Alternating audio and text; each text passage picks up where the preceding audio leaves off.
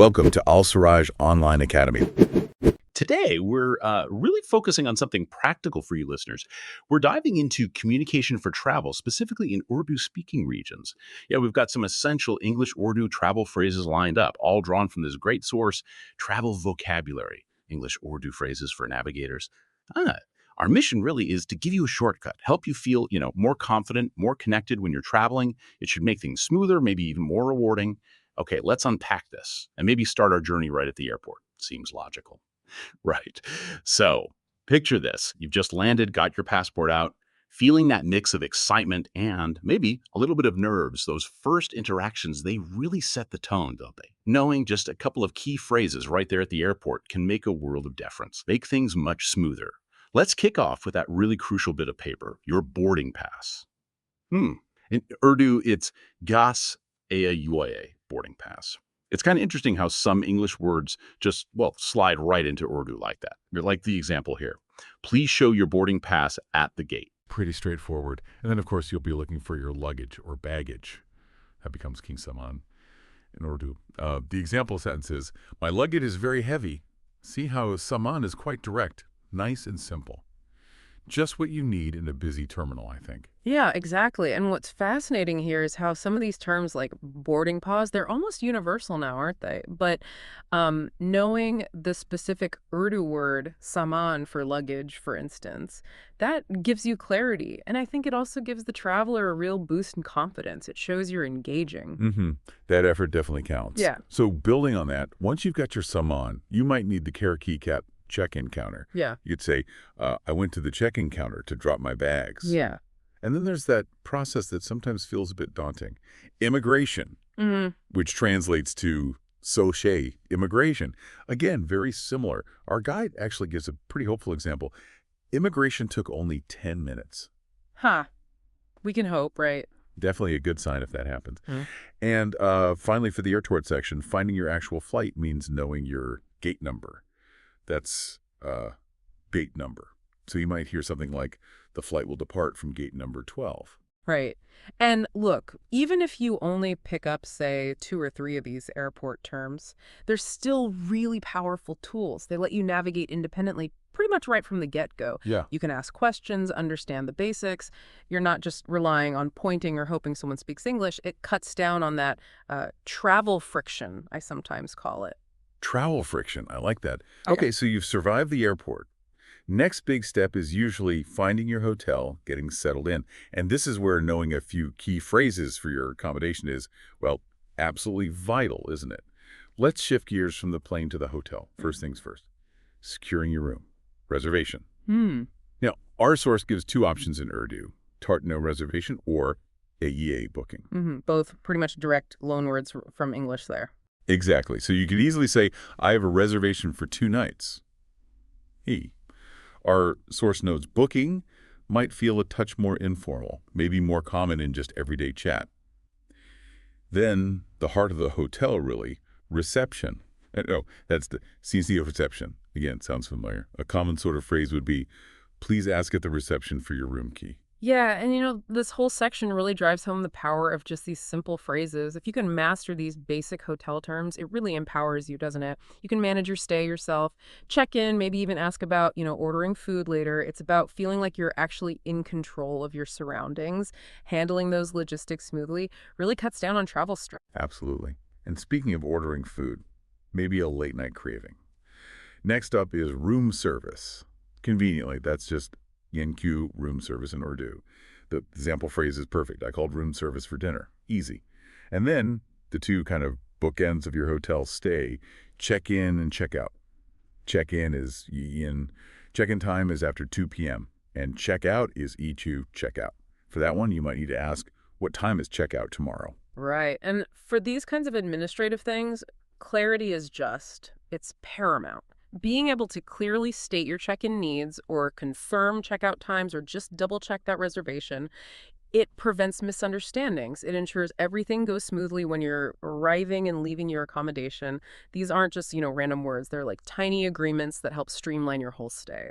Makes perfect sense. Okay, so you're checked in, you're settled. What's next? Usually it's getting out and about, right? Seeing the sights.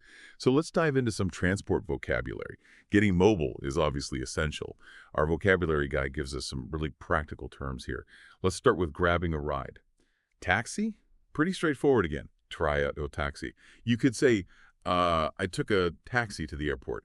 Then, if you're thinking more public transport, you'll definitely need a ticket, or a key ticket in Urdu. For instance, you might need to say, I need a bus ticket to Lahore. Hmm. And this brings up a really important point, actually. How much easier does it become to navigate local transport if you can directly ask about the fare or find the bus stop? And, talking about fare, this is where a little bit of cultural insight can be super helpful. The word is enyas, kiraya. But for things like, say, rickshaws or maybe some local taxis in Urdu-speaking areas that aren't metered, negotiating that price before you start the trip, that's really common practice. So yeah, knowing the word kiraya is step one, but understanding that negotiating part, that's the real nugget. Oh, that's a fantastic point. Really practical advice. So knowing Kiraya lets you ask, what is the fare for this trip? That's crucial. But knowing when to ask, and maybe that might need to agree on it first, that could save you some hassle, and maybe some money too. Right. Now, if you are going by bus, you'll need the bus stop. That's HQ's bus stop. Another one that's pretty much the same. You might ask or state, the bus stop is near the hotel. And then for those longer journeys, maybe between cities by rail, there's the train station, which is the train, city, or railway station. Our source gives the example. The train station's very busy today. Probably often true. Definitely. And these terms, they're really foundational, aren't they? They unlock access to pretty much all modes of travel. Short hops in the city, longer intercity trips. Knowing them means you can confidently ask for directions, understand prices, and basically get where you need to go efficiently. It just opens up your whole travel radius. Okay, great. So we're settled, we're mobile. Now it's really time to explore, soak up the culture. Let's get into some specific sightseeing vocabulary. First off, if you're traveling, chances are you are a tourist. In Urdu, that's saya. Our guide notes, many tourists visit Murree in summer. Makes sense. Now, if you want someone to show you around, explain the history maybe, you'll need a guide. Claro. In Urdu, for example, our guide explained the history of the place. Urdu, Raksha. And of course, to find your own way around, you'll almost certainly want a map. That's you, Naksha. The guide gives the example. I bought a city map from the shop. And these words, they really do open up the whole cultural experience, don't they? They let you engage more directly with the sites, with local life. Like a map, a naksha, it's not just for finding your way. It can be a fantastic icebreaker. Pointing to a place on your map and asking a local for directions. That often gets you a really warm, helpful response. It bridges that communication gap almost instantly. That's a brilliant tip. I love that idea. Use the map to connect. Okay, and while you're out enjoying these sites, you might want to pick up a souvenir. The Urdu is lovely. Yuish's Yadgar Tofa. It literally means something like a memorable gift. Oh, that is nice. Yeah. So you could say, I bought a souvenir for my friend. And for history buffs, art lovers, you might visit a museum, which is a Jabgar.